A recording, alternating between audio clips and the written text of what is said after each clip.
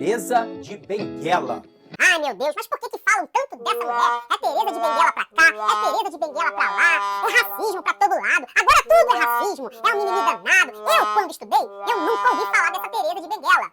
Calma, meu amigo. Calma, minha amiga. Eu vou explicar algumas coisas para vocês. Se você nunca ouviu falar de Teresa de Benguela, chegou o momento. Aprender nunca é demais. Eu sou o professor Dr. Vitor Hugo, historiador formado pela UERJ, professor de História há mais de 15 anos. Neste vídeo, falarei sobre a importância de Teresa de Benguela para a sociedade brasileira. Editor, roda a vinheta.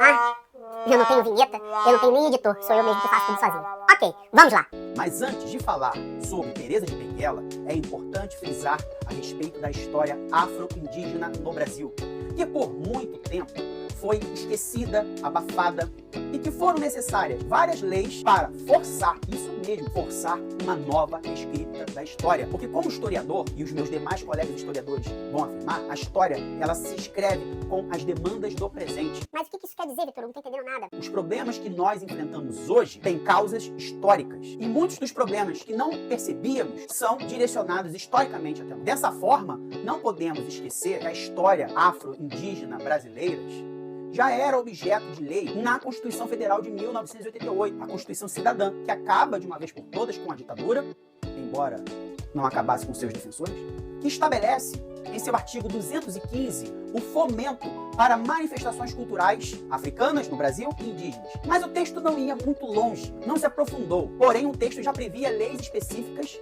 para fomento da cultura negra, da herança africana e indígena. E falar em cultura é falar em história, óbvio. O tempo passou e veio a LDB, Lei de Diretrizes e Bases da Educação Nacional, de 1996. A Lei 9.394 estabelecia o que deveria ser ensinado em todas as escolas, no âmbito educacional, desde o jardim de infância até a competência universitária. Nesse momento, a lei já falava um pouco mais sobre a contribuição afro-indígena no Brasil. Porém, parece que não pegou muito e foi necessário uma lei para que de fato pudesse pegar, vamos dizer assim. E essa lei foi a 10.639, que esse ano completa 20 anos. E depois essa lei foi alterada pela Lei 11.645 de 2008. Essa lei, a última, 11.645, altera o artigo 26 da LDB, que fala o seguinte, que os estabelecimentos de ensino fundamental, médio, públicos ou privados, torna-se obrigatório o estudo da história e da cultura afro-brasileira indígena. Minha gente, não é facultativo, não é se o professor quer ou não é se a escola quer ou não, sendo pública ou privada. A escola precisa ensinar, é obrigatório, nos termos da lei, o estudo da cultura afro-indígena e sua contribuição no Brasil.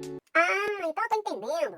Antes de você falar sobre Teresa de Benguela, você está falando das leis que respaldam o ensino de história no Brasil? Isso aí, você está aprendendo, você é capaz. Bom, mas quem era Teresa de Benguela? Benguela é um porto de Angola. E vocês sabem que a escravidão aqui no Brasil contou com inúmeros negros que foram escravizados em Angola e vieram suprir o mercado do tráfico internacional. Não só no Brasil, mas nas Américas em geral. Não se sabe ao certo se Teresa de Benguela era realmente uma africana vinda desse porto lá em Angola, Benguela. Mas o que se sabe é que ela estava na Vila Bela da Santíssima Trindade, em Mato Grosso do Sul, o que fica hoje perto da Bolívia, mais ou menos. E lá havia um quilombo, minha gente. Um quilombo, um núcleo de resistência à escravidão, uma ponta de esperança no meio do processo colonial brasileiro, que foi terrível. Falar em história do Brasil é falar do processo colonizador extremamente violento, dos corpos, das almas, das pessoas, dos territórios, da religião, da fala, e que o quilombo surge como uma oportunidade de esperança para esses escravizados. Ou você acha que a galera que veio de lá para cá veio assim, eu vou curtir uma viagem ao Brasil, um cruzeiro? Faça-me um favor, né? Se você pensa assim, reveja seus conceitos. Teresa de Benguela é encontrada nos registros memoriais dos provedores, dos governadores, na época, como a rainha viúva, a rainha dos escravos. Minha gente, como assim?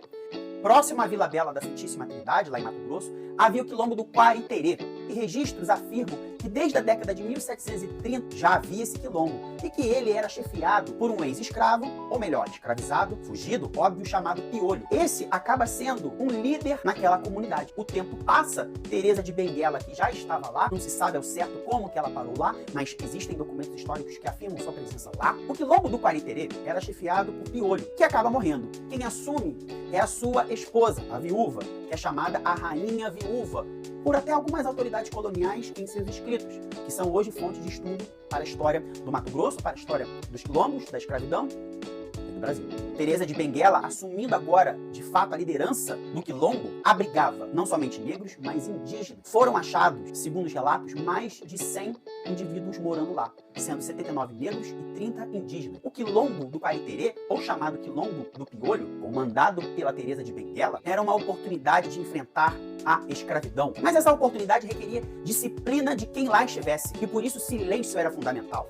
Como assim, Vitor Hugo? O silêncio era fundamental? Que não se podia liberar as informações de onde estivessem escondidos os ex-escravizados lá no Quilombo. Até porque, se isso acontecesse, Teresa de Benguela era bem rígida e castigava. Os castigos eram exemplares, morte até mesmo mandando enterrar vivos aqueles que pudessem ameaçar a existência do Quilombo. Os insubordinados eram levados até a morte. A vida política dentro do Quilombo do Quariterê, comandado por Teresa de Benguela, era algo que chamava a atenção das autoridades coloniais, porque ela governava como uma espécie de parlamento. Isso mesmo, meus amigos.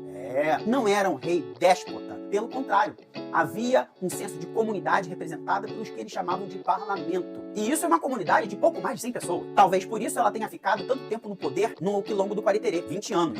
A história, infelizmente, acaba em 1770, com as autoridades portuguesas enviando os bandeirantes para destruir o Quilombo. E aí alguns historiadores afirmam que ela morreu de uma forma que eu não posso falar aqui, porque o YouTube senão acaba com o meu vídeo. Ela preferiu tirar a própria vida. E outras versões afirmam que ela foi assassinada, tendo a cabeça cortada e colocada no meio do Quilombo para todos. Enfim, ao que tudo indica, Teresa de Benguela foi morta em 22 de julho de 1770. O dia de Teresa de Benguela foi instituído como dia 25 de julho, juntando a data importante da mulher negra latino-americana à mulher negra brasileira. Teresa de Benguela foi tema do carnaval em 1994, minha gente. Olha que interessante. Com a Viradouro, cujo título do samba enredo era Uma Rainha Negra do Pantanal. Um samba tão bonito que eu faço questão de citar. Abre aspas. No seio do Mato Grosso, a festança começava. Com o parlamento, a rainha negra governava. Índios, caboclos e mestiços. Numa civilização, o sangue latino vem da miscigenação. Fecha aspas. E até uma escola de samba em São Paulo faz homenagem. A Barroca Zona Sul, em 2020, fez também uma homenagem para Teresa. Abre aspas. Vem plantar a paz por essa terra, a emoção que se liberta, e a pele negra faz a gente refletir. Nossa força, nossa luta, de tantas Teresas por aí. Fecha aspas. Se você gostou desse vídeo, espero que você tenha gostado, curta, faça um comentário e compartilhe. E não deixe de se inscrever em nosso canal. Nós não temos a ajuda de ninguém. Sou eu e você do outro lado me ajudando para que a gente possa produzir conteúdos relevantes sobre história do Brasil, história geral, história latino-americana. Eu sou o professor Dr. Vitor Hugo, historiador formado pela UERJ, há mais de 15 anos em sala de aula, e com a experiência que eu tenho com os alunos no dia a dia, trago-a aqui porque aconteceu, virou história. Até o próximo vídeo.